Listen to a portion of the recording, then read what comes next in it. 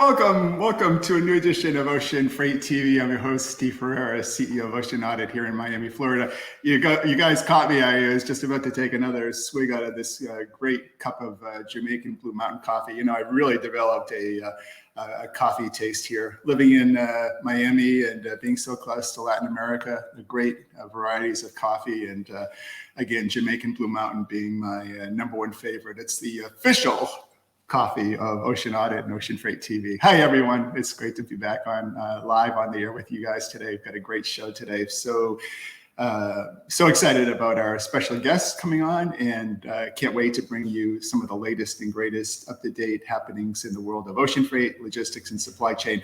Welcome to the Recover Now studio in Miami, Florida, overlooking the Port of Miami here in our virtual, beautiful downtown studio. I can't wait to share with you some of the new up and coming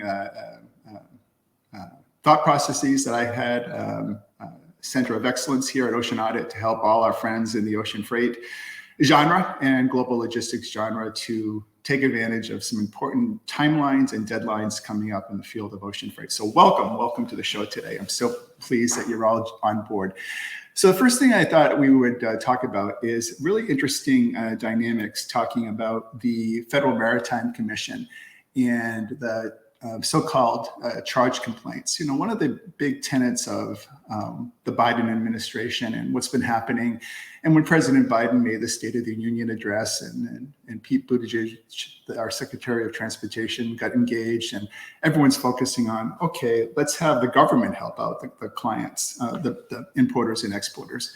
So much time, so much energy put into the Ocean Shipping Reform Act, and a new so-called solution called the charge complaints. Now, the charge complaints is supposed to be an easy, unified way for BCOs to tackle any kind of overcharge that they feel they're entitled to. And it really was more in the detention and demurrage genre.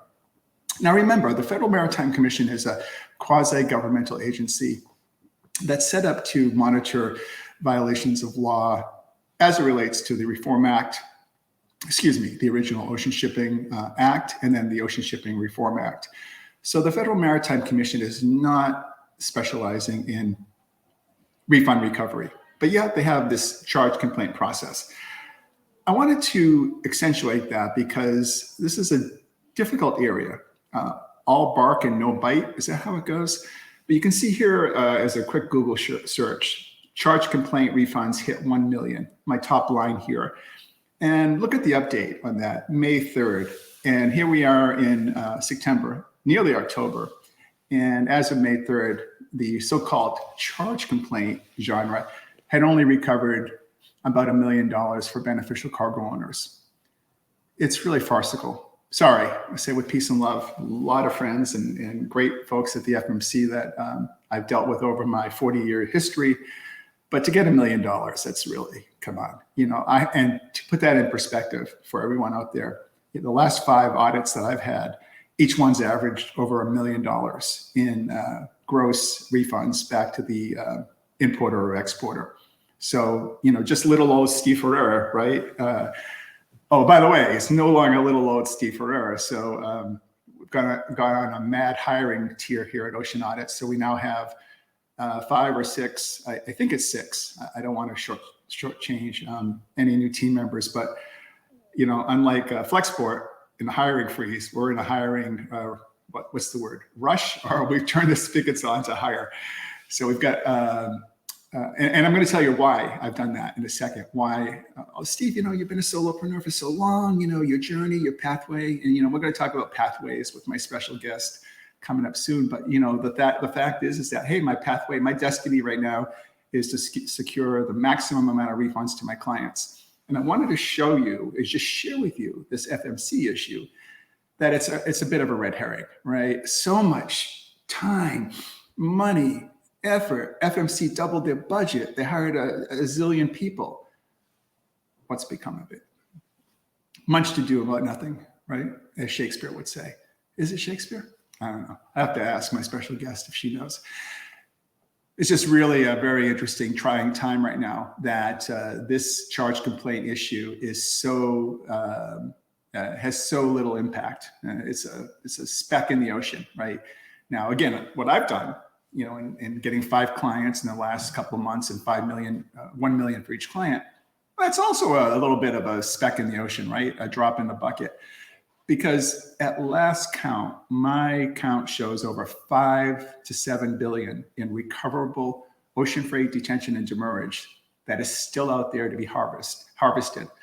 And one of the reasons why that's so important to scrub that, and I'm going to show you what the reason for that is.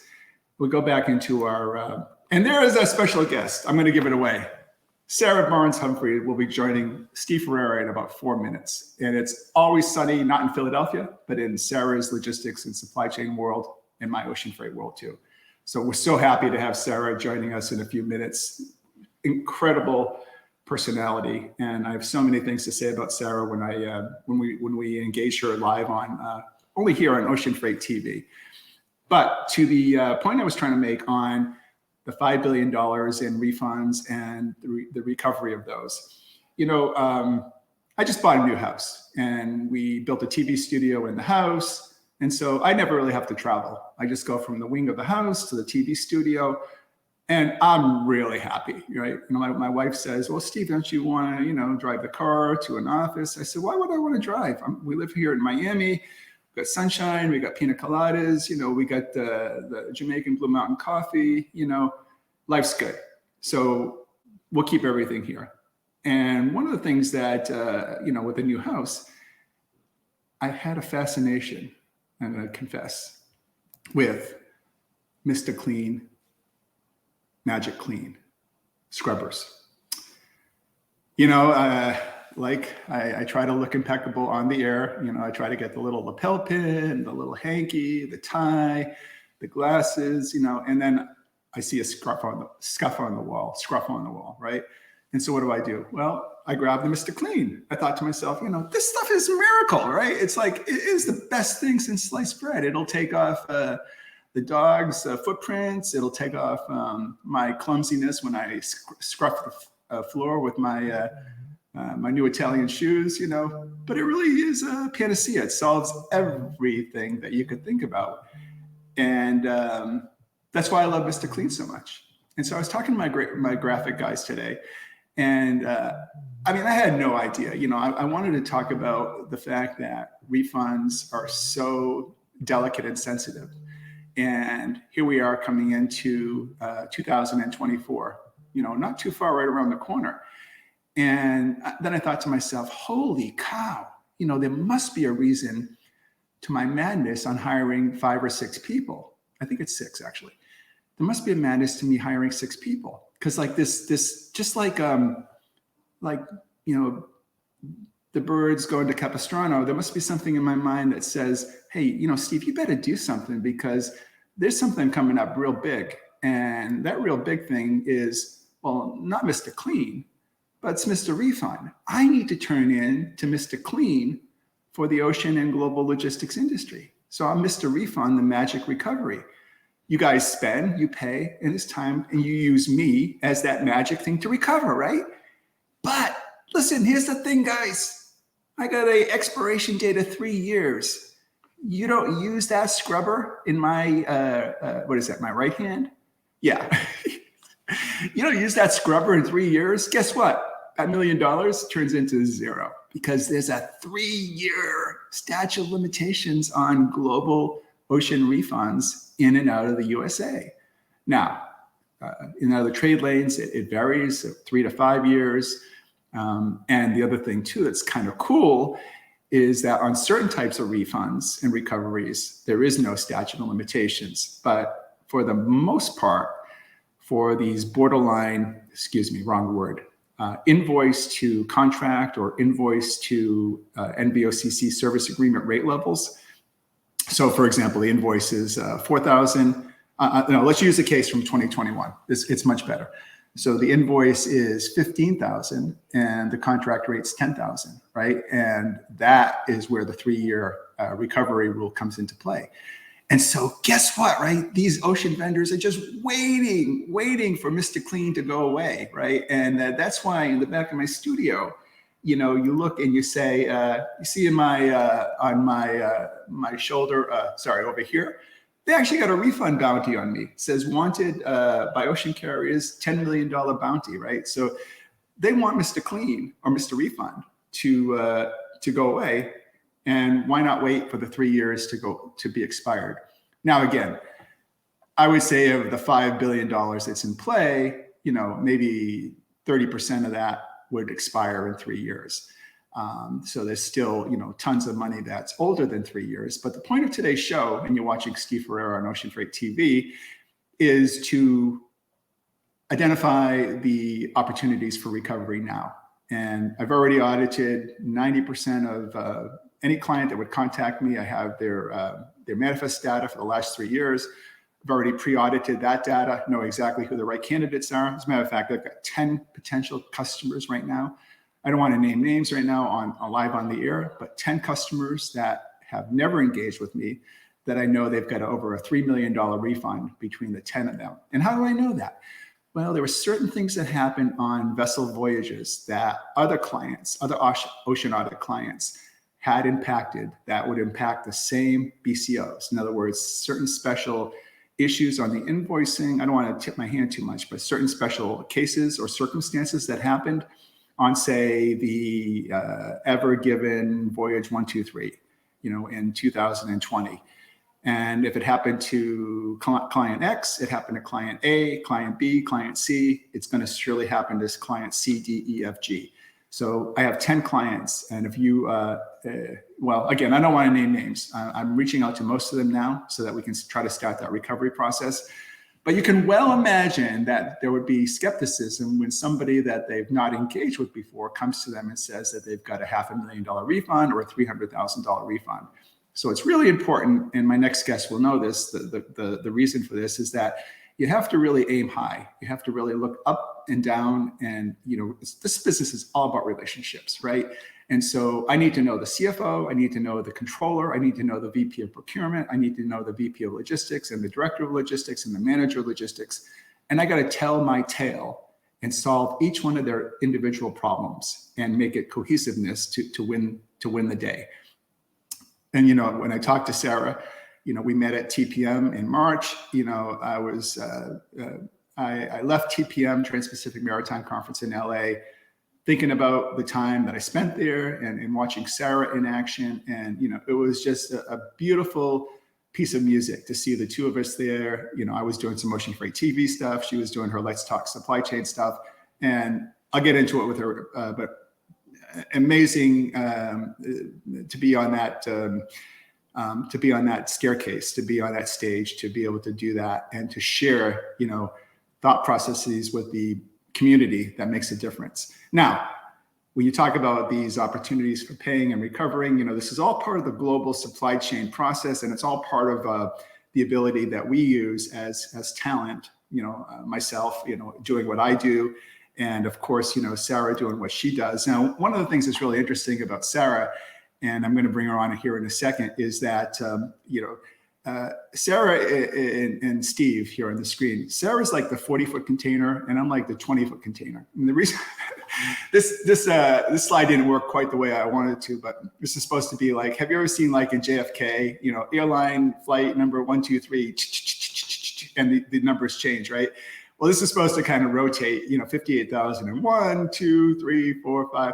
I couldn't get it to do the animation on the video, but I think you guys get where I'm coming from. So Sarah has about 40,000 followers. I have about 20,000. So it's perfect. You know, there's a reason why Sarah's on today, because it's like I try to equate everything in my life to a 40 and a 20, and you know, even though that doesn't equal 60, 58 has nothing to do with it. I think you guys get my drift. So with further ado, let me bring in Sarah. I can't wait to talk to her. Sarah, it's so great to see you again. Thanks for joining in. Steve, you are so funny. And I'm so excited to be here. I made some notes. I mean, your reference to 40-foot, then 20-foot container. I mean, you can't make this stuff up. Honestly, I think your magic recovery man is going to be a wax figure in the Madame Tussauds. Well, I tell you what, and again, Sarah, I'm a huge fan, and I think I want to let the audience know, one of the things that my time is really precious and valuable, and Sarah is a gem, Sarah, when we met at TPM, I didn't get really a chance to debrief with you after that experience, but I saw you there, and then you came over and you saw what I did with my banner, and then I did my little thing, and then you had all these great series of interviews, and Sarah, it's never lost upon me about how so many of us in the supply chain and logistics consume content, but few, maybe 50, 60, 100 of us, I don't know what the number is, make the content. And I just wanted to say how much I admire the fact that, you were there and I was there. And it, to me, it kind of felt like the NCAA championship game. You were the broadcaster for, for one network, and I was the broadcaster like for another. And you just do a remarkable job, and I can't wait to. Thank you. I got some things I want to share with you or talk to you about in your journey, and I appreciate all your kind words, and I can't wait. But wait, before I do that, listen. Of course, TPM was one thing, and as I said, I don't special projects and working on stuff. I'm really limited in scope because I was always one person, and now I have 6 people. But I made a small video. Thank you, Sarah. Thank you. And you've got an amazing team. I can't wait to talk about. But Sarah, I made a small film, or one of my guys made a small film. I had Sarah to give an idea, and it was about winning a. No, I don't have the film, but it was about. It was a contest that Sarah had, and you know what? I won. Oh yeah, that's right. Sarah's shoes. Yes. I got these. These are the Let's Talk Supply Chain Nike custom sneakers, and the most comfortable shoes I've ever wore. Thank you, Sarah. You are so welcome. Thanks for being part of our giveaway. And so what people aren't seeing is on the back of the shoe, they say LT on the left side and then SC on the right side. And we're actually giving more of those away. So if anybody wants them, they just have to sign up for our Supply Chainers group. I'll tell you what, these are amazing Nikes. And not only do are they comfortable, they're like, when I go to Publix in my suit and they see the Nike, they don't know what to make of me. So it's like. Well, and I'm sure you get stopped at conferences, right? Everybody's like, love your shoes. Yeah, you created Sarah. You created a monster, Sarah, and you're so good. But listen, thanks for joining this show. We have about 12 or 15 minutes, and I wanted to talk about, the thing that I love, and we didn't get a chance to debrief. So I'm going to just kind of, say with peace and love, some kind of not emotional stuff for me, but I mean, like when I got started in the industry, I've been in the industry 40 years, and I went to Providence College in Rhode Island, and I couldn't wait to get out of university and get out of my small town. And it was a little bit selfish at the time because, my dad was a janitor, custodian. My mom was a factory worker. Neither of them graduated from high school. I kind of came from the school of hard knocks, and, my dad worked in a bar. And, I said, they invested all this money in my education to go forward. And it was like, just this beautiful thing. Sarah, your journey is even more impressive because of the successes and, maybe even bumps in the road. Could you, for my audience, could you talk about your pathway into logistics and supply chain, especially the part about the family business and all that stuff? Sure. Yeah. We've been talking about logistics at the dinner table since I think I was at least 9 years old, which is a very long time. And I've been in the industry for about 25 years. But after high school, I wasn't quite sure what I wanted to do. I was thinking about becoming a private eye. I wanted to also go into the police because I wanted to be a detective because my grandfather was a detective in the Scotland Yard. And he was a pretty well-known detective. The trouble is I don't do well with blood. And so the journey between, civilian to detective was probably not my path. And so I went straight into the family business. I started off as reception, worked my way up. I did 8 years in operations, 8 years in sales.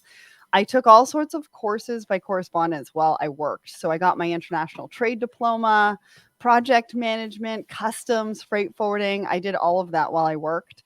And then I was director of sales and marketing. And I was like, how are we going to tell our brand story? And what's a different way that we can do it? Because this was back in 2016 and everything was like a little bit stuffy. And I thought, well, hey, if Lewis Howes can have a podcast, why can't Sarah Barnes Humphrey? And so I asked a gentleman from my customs department to join me as my co host. And tongue in cheek, we called it Two Babes Talk Supply Chain. And we tried to rock the boat a little bit. We got 1,000 downloads overnight one night. And I kind of knew we were onto something. But in the fall of 2017, the company closed its doors and I was out on my butt. I had no team anymore, no co-host, but I had companies coming on the show and I had them lined up for months. So I had to learn graphic design, social media, website design, you name it. And in January 2018, I started the Woman in Supply Chain series. But by April 2018, no women would come on a show called Two Babes Talk Supply Chain. So I rebranded it to Let's Talk Supply Chain, and the rest is history. I just think it's amazing. And, you know, one of the things that you talk about a lot on LinkedIn, and I'll share my own journey, you know, I don't know what it is, but in the last year, right, I lost 90 pounds, right? I through exercise, diet, personal training. Yeah, I took 90 pounds off. And wow. I threw away so many. I had custom suit made after custom suit as I was going through that journey. You know, I'd lose 10, 15 pounds, new suit, then 10 to 15 pounds, new suit. Right. And finally, you know, now I'm at, you know, I'm perfect in terms of where I want to be weight-wise. Now that I kind of solved that, right, that issue of being self-conscious about my weight, I guess I was. I mean, I've always been uber confident, but I just love the fact that I'm in a happy place now. I know your journey has also been, you've documented this well, that you've also kind of self-healed and found different ways to get to the top of your game. Could you describe that a little bit? Yeah, I mean, it's been a journey for sure. I'm still on that journey. I still have, you know, a long way to go. I've always believed in therapy from a mental health standpoint. I do have an autoimmune disease called lipedema. And I've been very transparent with that on my newsletter called The Monthly Hustle, talking about, you know, the 15 years that I had it and nobody knew what it was. And I went to like 10 different specialists and that was just really, really hard. Nobody knew what it was until my cousin was watching Love Island UK. And she was like, this girl or this woman on Love Island UK has what you have. And I watched her YouTube video and I was like, that is it. And so I ended up making a few calls. And last year I had 2 surgeries on my legs and my arms last year to help with that. And that's what I love about our banter, right? And this was like, I was starting to think about our time today. And I started to think, you know, follow the yellow brick road, you know, like this is like, and I see you on this yellow brick road. I kind of wish there was a yellow brick road. I mean, where I could stop and ask a question and be like, oh, okay, I'm on the right path. Let me keep going. No, but what I'm saying is that we don't whitewash our journey. Like, you know, you know, you've been so transparent about your pathway, you know, it's almost, pardon the pun, I don't mean it like a rags to riches story, but you know, you've been successful, you felt adversity, you know, you overcame. And you know what? I think the reason why you resonate so well with the viewers is that you're so authentic. You're so genuine. And you know, listen, this is a woman that is are you almost like a professional level catcher in softball? What's the deal with that? I mean, I could be the oldest one. I haven't actually, I've been meaning to reach out to them, like Team Canada, but you know, we'll see.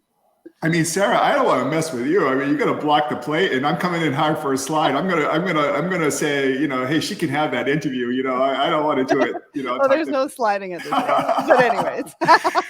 I just think that's amazing. And, you know, no one else in our industry has done a better job. Sarah, you have been such a champion on the whole issue of diversity and inclusiveness on minorities, on women. And I would love you to just spend a minute or two and tell our audience that's watching right now some of the things that you've done to champion this and how they might also get engaged. Yeah, so we have a Woman in Supply Chain series on the podcast and the blog, and we feature women throughout the industry just to learn about their journey. What does that look like? What advice? So I highly recommend checking that out. And then I have a second podcast called Blended, and I bring 5 people from different walks of life together to talk about diversity and inclusion in the workplace. And from there, we started a nonprofit called the Blended Pledge. So we're also giving away grants to cover travel expenses so that diverse voices can say yes to speaking engagements. And from there, we are presenting sponsor for the Woman in Supply Chain Awards that have just come out, and the forum's coming out in November. And then we've just launched our Woman in Supply Chain monthly meetup group, professionally facilitated for personal and professional career, advancement and development. And we're super excited to keep some of these initiatives going and bring the community together in a variety of ways. Thank you for letting me share that. Well, not only should I let you share it, I think that this is so overdue, and if that's even the right word, forgive me if it's not. I think that nowhere do I walk around the planet, when we all gather at a place like TPM, and I'm starting to see it more. I've been going to TPM for about 15 years. I can't remember, but a long time. Mm-hmm. And the faces, the mix, the ratio of women and minorities, and great men and women from all walks of life, all orientations. It's so much better now than it ever has been. And so, Sarah, as the voice of this, as one of the key voices in our logistics and supply chain industry, I really applaud you, and anything that you can do. Obviously, I know you're probably working feverishly behind the background to, bring this to, a TPM or a RILA or any other big events. And this is the focal point. You and I have talked about how, learned behaviors start in these big groups. And mm-hmm. I think it's really important. Would you agree? Yeah, I've done some work with actually the Journal of Commerce with their DEI committee, and given them some thoughts and suggestions on how we make it more welcoming and some changes. And I think we're going to see some of that for 2024. So I'm excited to really, I think it's about collaboration, right? Collaboration is the future of business. How do we come together to tackle some of this, make it safe, make it fun? It's absolutely right. As a matter of fact, I was speaking to online with LinkedIn with Peter Turchwell of JOC, S&P Global Market Intelligence. Hi, Peter. Great friend over at JOC. Peter. Yeah, Peter's out there, hopefully. Hey, Peter. And we were actually having a small dialogue about more fostering more internal communication, within a great group like S&P Global Market Intelligence. And of course, there's great broadcast and media like my old haunt at FreightWaves. Love those guys too.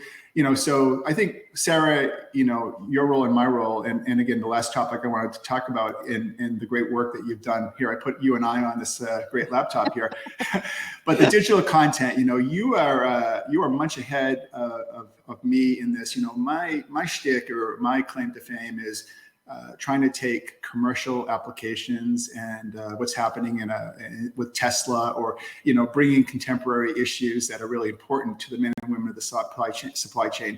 But you're doing it a bit differently with digital content. Talk to the men and women and the viewers today about your work in this genre.